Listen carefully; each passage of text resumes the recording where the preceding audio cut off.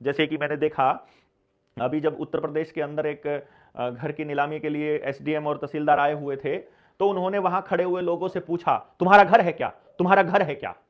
तुम यहां किस लिए आए हो? जिसका घर है वही बोलेगा।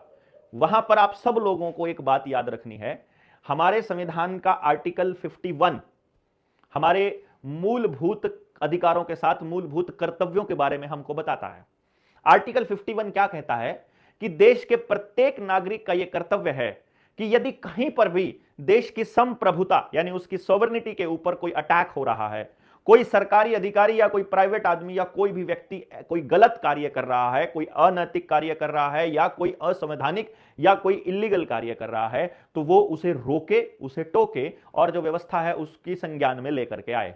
तो हम अपने आर्टिकल 51 की अवपालना में, यानी कि हमें भारत का संविधान ये इजाजत देता है, हमें यह अधिकार देता है कि हम हर उस गलत चीज के खिलाफ बोल सकते हैं, चाहे वो हमारे साथ ना हो रही हो। यानी किसी और के साथ भी अगर कोई गलत कर रहा है तो हम टोक सकते हैं। ये आर्टिकल 51 कॉन्स्टिट्यूशन का हमको अधिकार देता है। ये हमारा फंडामेंटल ड्यूटी में आता है, यानी हमारे मौलिक कर्तव्य की बात आती है कि हमको अपने देश में हो रही गलत चीजों के खिलाफ आवाज उठाने का अधिकार है। तो इसलिए कभी भी आपको अगर कोई ऐसा व्यक्ति कहता है कि तुम क्या कर रहे हो, तो उसी टाइम आर्टिकल 51 का उनको हवाला देना है और उनको बोलना है कि मैं इस देश का नागरिक हूं और इस देश का नागरिक होने के नाते मुझे ये संविधान ये अधिकार देता है कि मैं कहीं भी गलत हो रहा हो उसके खिलाफ आवाज उठाऊं, और वो अपने लेवल पे हमें आवाज उठानी चाहिए।